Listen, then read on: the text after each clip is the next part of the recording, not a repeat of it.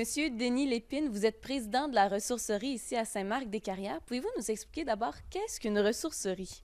Une ressourcerie, ben, c'est une revalorisation des matériaux, surtout ici, c'est du textile qu'on fait. Ça a débuté avec ça, le textile au début. Puis à l'origine, il faisait de la couture. Il y avait comme des ateliers pour faire travailler des gens. Fait que ça a commencé comme ça il y a 20 ans dans un local à Saint-Marc-de-Carrière, beaucoup plus loin. Et avec le temps, ben, ça s'est raffiné. Moi, j'étais maire dans ce temps-là et je suis revenu maire. On avait une entente avec la régie régionale et puis on a eu un partenariat pour être peut-être le bras droit du textile dans Port-Neuf. Et puis avec ça, ben, on a débuté. On s'est installé ici avec le temps. L'une des premières affaires que le conseil d'administration a fait, c'est de s'installer ici, à l'ancienne pharmacie. Et endroit où ce que vous êtes, c'était plein de bureaux. Le plafond est à la hauteur de ce que vous voyez à côté là-bas. Qu'avec le temps, ben, on a rénové, on a refait de la couverture et de fil en aiguille, après 20 ans, on est venu à bout d'avoir cette partie-là qu'on a relevée en dessous des trosses. Là.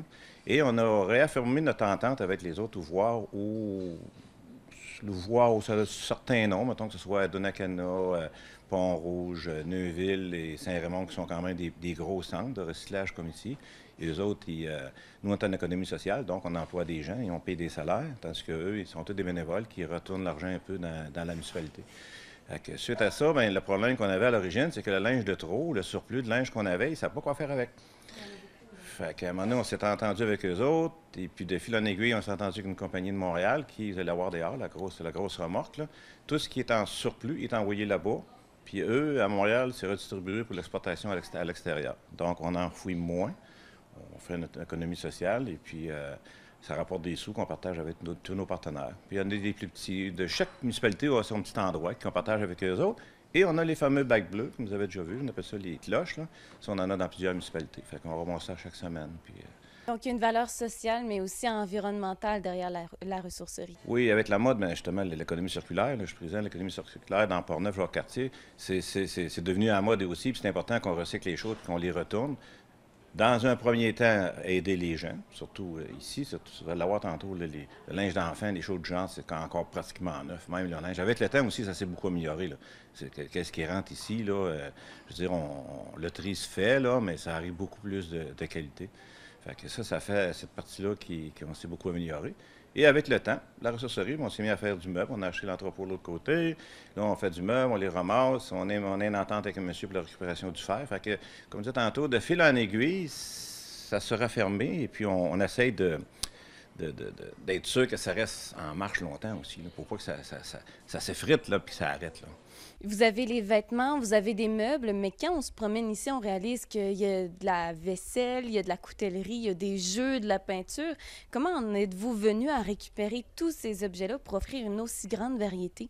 Bien, je vous dirais que encore là, avec le temps, on est chanceux, c'est une réussite sociale. Hein. Les gens amènent les choses ici, il faut s'entendre. Je veux dire, je sais pas, moi, je vais donner un exemple. Quelqu'un part de Saint-Hubal et il s'en va travailler à Donnacana, il va déposer des choses ici, il va le déposer ailleurs. Fait que tout ça, c'est fait qu'on s'est dit, faut faire notre mission sociale. On accepte tout ce qui rentre. Avec le temps, ben, on l'évalue. Après ça, on a des bénévoles, de plus en plus de bénévoles à chaque année, plus nos employés. Fait qu'avec avec le temps puis le marché qui roule. Je veux dire, si on n'a pas de clients, encore là, la personne qui rentre chez nous part rarement avec rien. Il apporte une chose pour quelque chose, mais si on n'arrête pas ça, on ne sera pas là aujourd'hui. C'est pas le conseil d'administration ou les employés qui fait la différence, c'est la population autour de nous.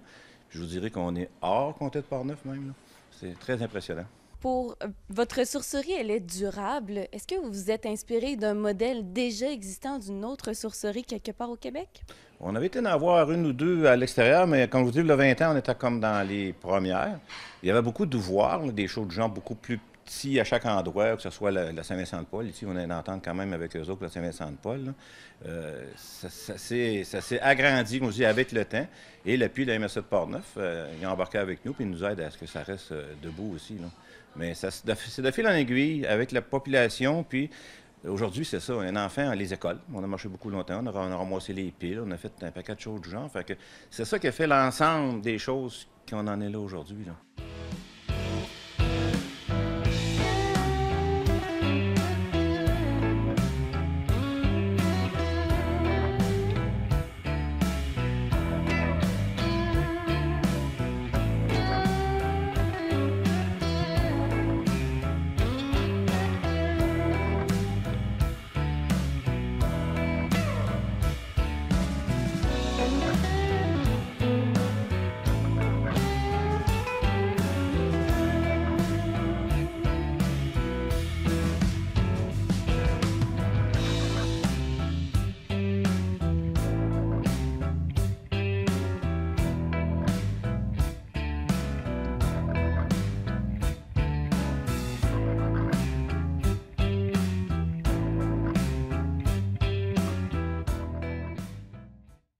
Vous avez su vraiment mobiliser la communauté pour bâtir un modèle. Ensemble, tout le monde s'est mis ensemble, ça a participé, puis c'est plaisant, tu sais, je veux dire, vous voyez ici, les bénévoles encore, on a 5-6 bénévoles sur 14 employés, fait que c'est ça qui fait la différence, c'est le plaisir de le faire. Les gens qui viennent, bon, je pense que les gens sont heureux, là, normalement, il n'y a rien qui ne trouve pas un petit quelque chose ici. Moi, ce qui m'impressionne le plus, c'est que je vois des choses qui ont été mises sur le marché, puis j'aurais jamais pensé que ça aurait été fait, là.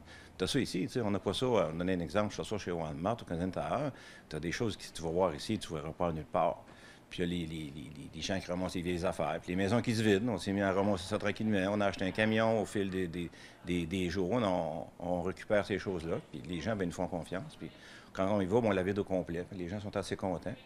Puis, comme on disait souvent avec Sylvie, ben, les gens, des enfants ont tout ça, une laveuse, sécheuse, un poêle, un frigidaire. Puis des fois, ça appelle de Trois-Rivières, ça appelle de Montréal. Ben, va ramasser ça. Mais tu fais quoi avec tes électros? Regarde, on en a. Puis Fait que, tu sais, c'est de donner le service qui fait la différence. Puis les gens qui nous encouragent, sans ça, on est en économie sociale. On n'a pas des subventions, on n'en a pas. Là. Il reste une ou deux employés là, qu'on remet sur le marché du travail, mais à l'heure actuelle, on n'a pas de subventionnaire comme tel, sauf l'agrandissement de la bâtisse qui ça fait déjà 10 ans. Là.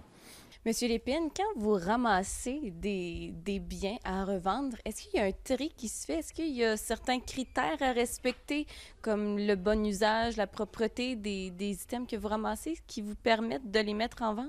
Comme je disais tantôt, avec le temps, ça s'est beaucoup amélioré de par soi-même, de par eux-mêmes. Il rentre encore des choses que tu vas prendre le sac, puis tu vas l'ouvrir, tu vas l'envoyer, puis tu vas t'en débarrasser. Mais chaque personne, pour eux, ça a une valeur que nous, ici, les dirigeants ou les bénévoles, n'ont pas la même façon, mais on respecte beaucoup ça. Si des gens viennent ici, on va le trier, mais après qu'ils ne soient pas là ou qu'ils soient partis, mais on fait quand même... faut respecter les gens, qu'est-ce qu'ils nous amènent. Fait que, au pire aller, on les met dans un conteneur, on a des bacs à ça, là. Mais il faut en faire un tri, c'est sûr, puis on en lave plusieurs. Puis je veux dire, on essaie de garder le meilleur aussi. On ne peut pas remettre en circulation quelque chose qui va rester ici longtemps, parce que si à la ressourcerie, on a comme une grande chaîne de magasins, si c'est toujours la même affaire chaque semaine, là, on voit du monde vient ici à chaque semaine. Là, si ce n'est pas 2 fois par semaine, ben ça se peut qu'à un moment donné, ça arrête. Fait que, tu sais, c'est correct comme ça, là.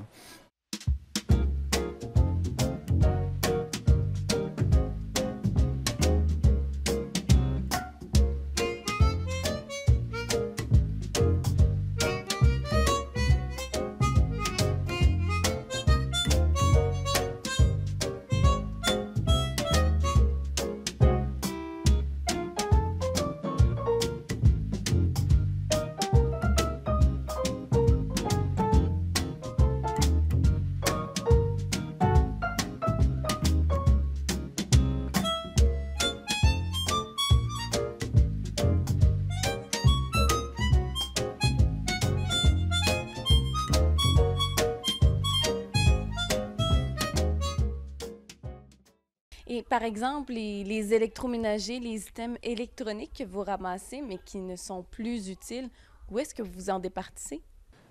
Présentement, on a le fameux dépôt, là, les serres à rien. Là, on est affilié avec eux autres aussi. Le conteneur est. Je dis le conteneur, la boîte est de l'autre côté. Les autres, nous, on est payé tant la tonne qu'est-ce qu'on met là. Fait qu'en fin de compte, normalement, l'entente qu'on a, tout ce qui rentre s'en va dans l'électronique, puis que le mémoire va dans cette boîte-là, puis ils nous payent avec les télévisions, quelque chose du genre. Là.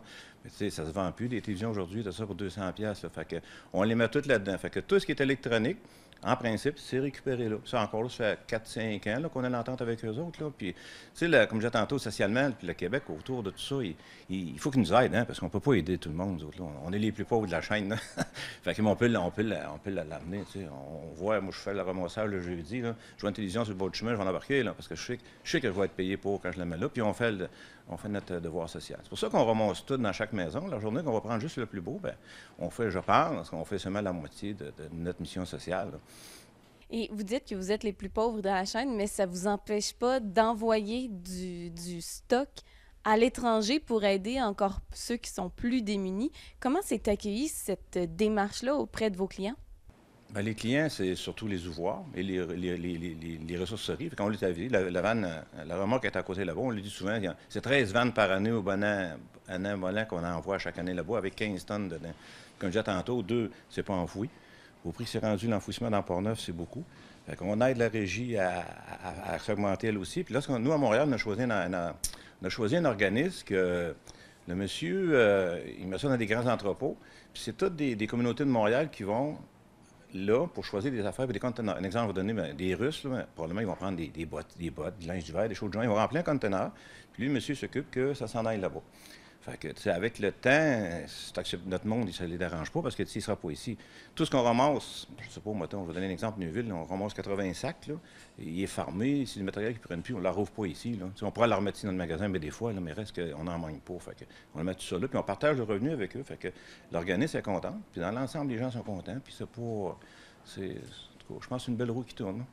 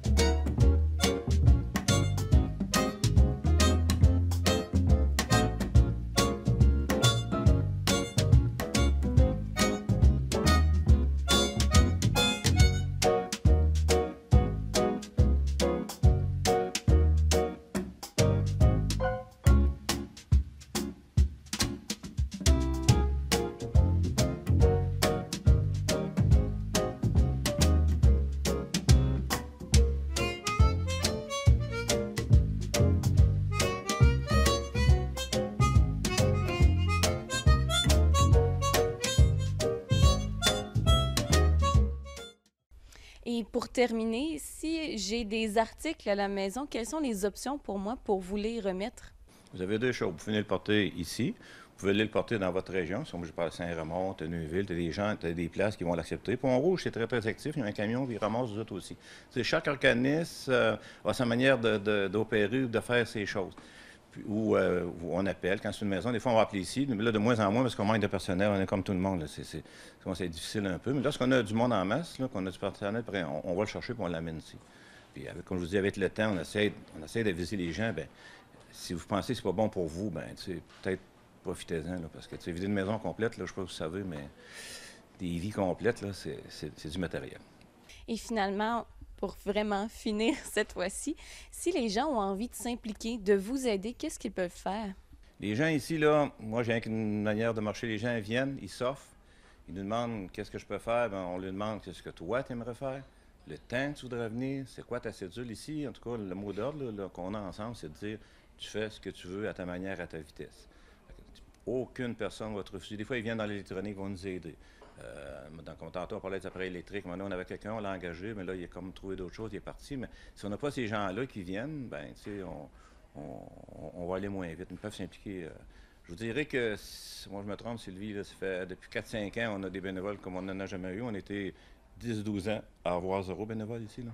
Mais tu sais, c'était pas l'ambiance de ça. C'était différent. Puis le monde change. Puis les gens prennent leur retraite. Mais ceux qui viennent sont, je vous le dis, 40 heures par semaine de bénévoles ici, là. Je tombe sur le doigt chaque semaine, je les vois. Fait que c'est merveilleux.